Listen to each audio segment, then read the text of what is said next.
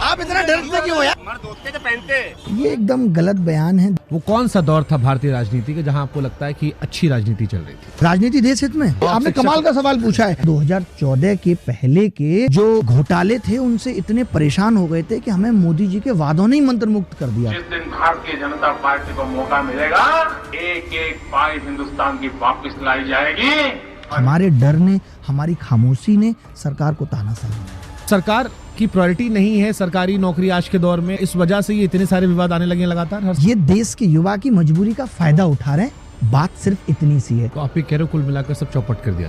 बिल्कुल चौपट कर दिया गया। इतना अनफेयर हो चुका है सिस्टम। आप देखें, ये लोग बोलते हैं कि अगर कोई सवाल गलत है तो आप हमें 100 रुपए देकर बताइए ये सवाल गलत है। इनको लगा इससे बहुत कमाई हो रही है, तो इन्होंने एग्जाम में 100 में 16 सवाल गलत पूछना शुरू कर दिया। एसएससी चेयरमैन से मिलने गए, वहाँ पे मौजूद डायरेक्टर ने कहा ये पैसा सरकार के पास जा रहा है, इससे रोड बनती है। आप 100 सवाल गलत पूछे, देश की सारी रोडें बना दीजिए। मोदी जी को लेकर एक ट्वीट है, अगर इंडिया वर्ल्ड कप हारी है और उसमें मोदी जी की पिक्चर सामने है और मैं लिख रहा हूँ मोदी है तो मुमकिन है, इसका मतलब क्या? बट वो मिड मैच की फोटो है ना। आज आप सरकार पे काफी गुस्सा दिखा रहे हैं, तो सोशल मीडिया पर विपक्ष पर आक्रोश निकला। विपक्ष के बड़े नेता राहुल गांधी से इतू सी उम्मीद नहीं करता।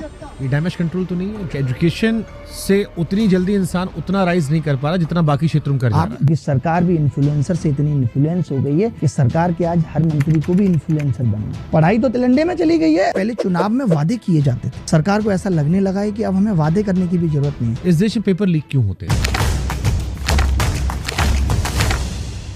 हमारे पास एक ऑडियो आया जिसमें एक बंदा गारंटी ले रहा है कि मैं आपका प्री क्वालिफाई करा दूंगा और 15 लाख रुपए लगेंगे। क्या पढ़ाई से ज्यादा अब टेंशन बच्चों को इस बात की है कि सेंटर कहाँ मिलेगा, तारीख कब होगी, पेपर लीक होगा नहीं होगा? सेंटर खराब थे, सेंटर के बाद भैंसें बंधी हुई हैं, डीजे चल रहे हैं। राहुल गांधी, अखिलेश यादव, संजय सिंह, कई नेताओं का नाम मैं सुन रहा हूँ जो शायद आपके प्रोटेस्ट का हिस्सा बन सकते हैं। डर नहीं लगता कि अगर ये प्रोटेस्ट में आएंगे, पॉलिटिकल स्टेटमेंट आएंगे तो आपको लेकर एक परसेप्शन बन जाएगा? ये मैंने देखा है, गाड़ी का कपड़े का बड़ा तगड़ा शौक है और इस बारे में बात भी करते हो। 12th क्लास में एक लड़की ने मुझे कह दिया था कि तुम्हारे पास एक जोड़ी कपड़े हैं और बात करते हो। डर नहीं लगता?